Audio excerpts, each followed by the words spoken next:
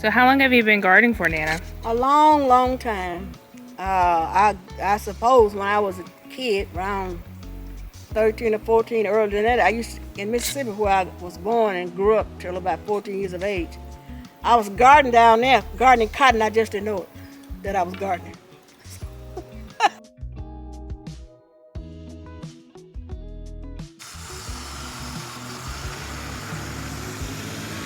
It's going to become an open part.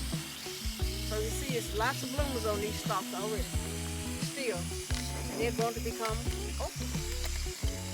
Here, this is a bloom, here's a bloom, here's a bloom. All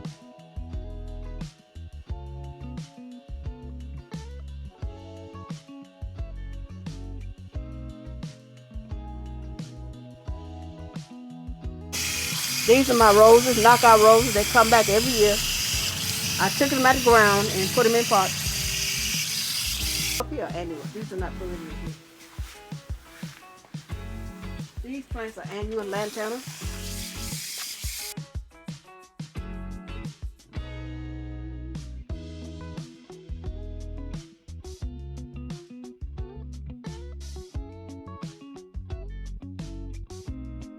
Waters, purple passion. Here's another knockout rose in a pot. It does well all year long. Purple. Another knockout rose that grows really well here on these driveways.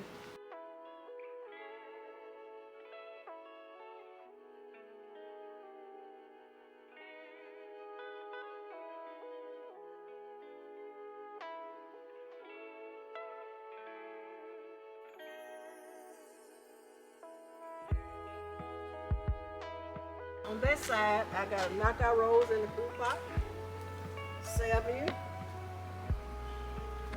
a whole lot of bumblebees pollinating the plants,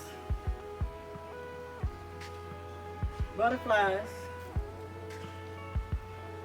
geraniums, a pepper plant, banana pepper plant back there. I've been pulling quite a few banana peppers off of there. They're mild, they're not hot. Knockout rose in a pot. Lemon something, I forgot the name of this one, but it's easy to grow and it's rather colorful. Another knockout rose. I just cut down my Amarillo Texas plant. It does well. I'm cutting it down and gonna compost the leaves. There's another pot of plant, Dusty Miller, salvia, pot, purple passion, did well. Begonias, green spike, Vivica vines, purple passion, and a sedum showed up in there. Sedum, purple cone flowers, still blooming.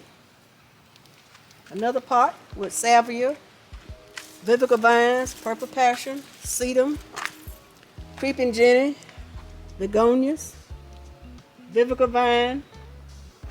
Another plant pot.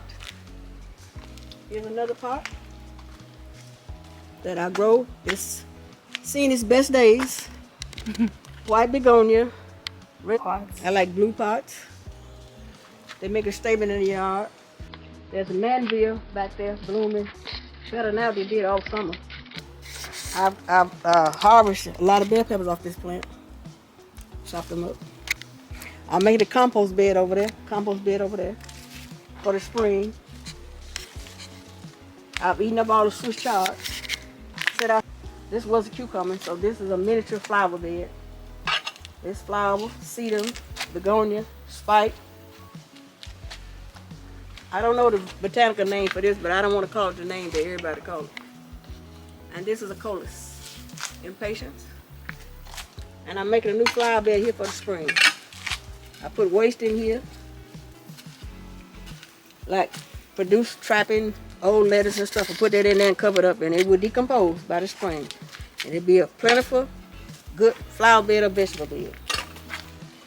I enjoy hostas. It's time for hostas to go to bed.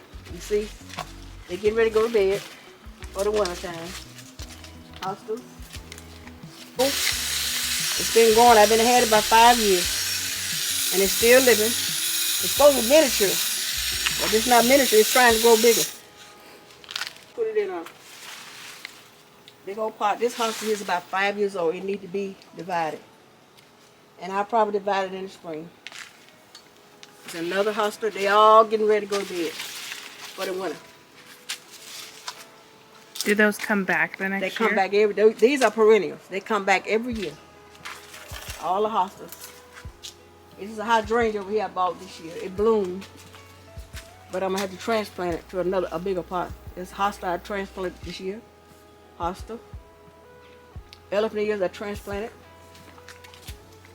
Dug up the bulbs, my garden, and transplanted them.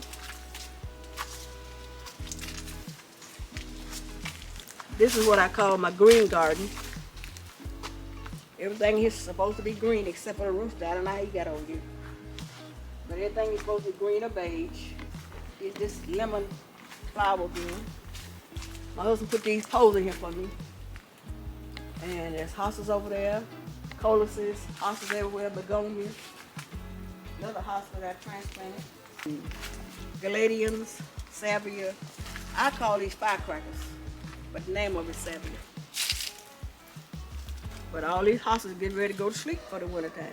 Later, you can dig these bulbs up and save them and plant them for the next year. You need to put them in a cool place.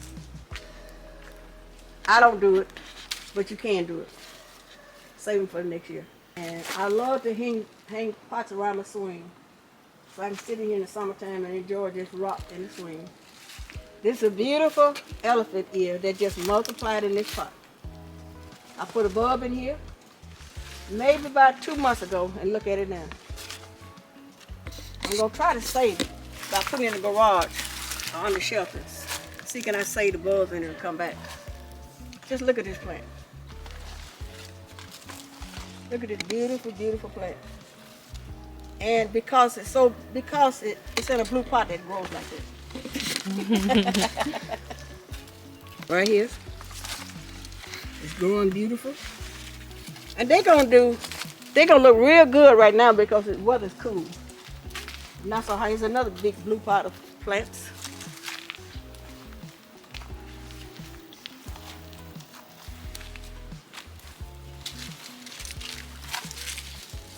Hostas, Galadium, hosta I transplanted. I'll have about 75 pots of hostas, all total, about 75.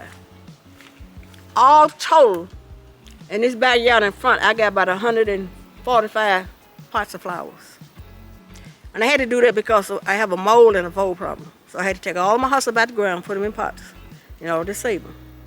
So, because I have those unwelcome visitors coming to my garden. So, over here, getting ready to go to bed. And how I keep snails off of my hosta is I put broken eggshells around the pot, around the base of the plant.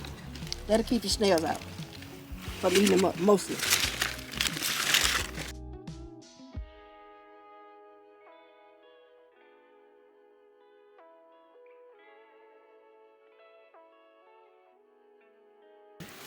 I try to coordinate all my garden. I like red plants, red pots, blue pots, and I like some beige, but my favorite pot is the blue pot. Begonia, and I can't name this plant here, but I saw it, I liked it, and it grows well in a pot. It just spreads all over the place, just grows and grows and grows. Yeah, it grows all outside, just grows, and I like that. I like full. This is my patio garden. Look at this how it grows. This is another knockout rose. This is a pot. This is one plant here in this pot, and it has ran all over here. One plant. This is one piece of plant in here. One good thing about this plant here, if you catch it, not now, see, it's been caught in the ground, but if you catch it and break it off and stick it in some dirt, it will grow. Summertime or the spring, I would just stick this back down in the dirt. It will catch and it will grow and it will thrive. Here's this lemon something. I don't remember the name of it. And this is a lantana. This is a plant. Begonia, salvia. Here's this plant again. Dusty Miller. That's nice. Here's a patio rose here. It's gonna bloom. It did its beautiful bloom in the spring. And Oh, this was a pepper plant. It's blooming. I don't see it. Yeah, there's a pepper on it. Yeah, there's a pepper on it. Some more peppers coming on there. See that little pepper right there? What?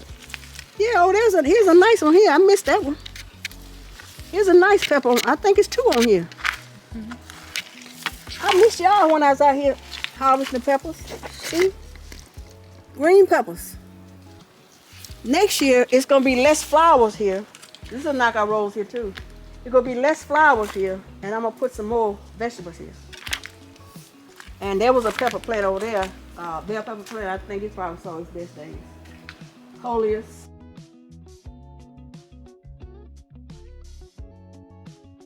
Start out small, with small plants. Like I said, hosta is an easy plant to grow. It grows in shade. Now, mine would tend to grow in sun. I don't know why, but they will grow in sun. But hosta is a shaded plant, and it grows. It's easy to grow. Easy to grow. You can see what in my yard what I like. I like green garden. I like flowers, but I like hostas, elephant ears, spikes, begonias, salvias, anything that'll bloom and it'll grow well. I like it. If it don't grow, like I said, I can get rid of it.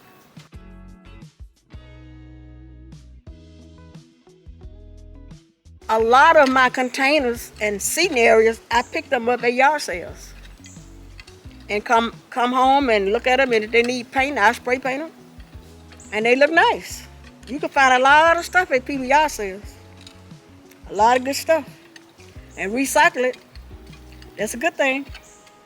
I'm a recycler. That's a good thing.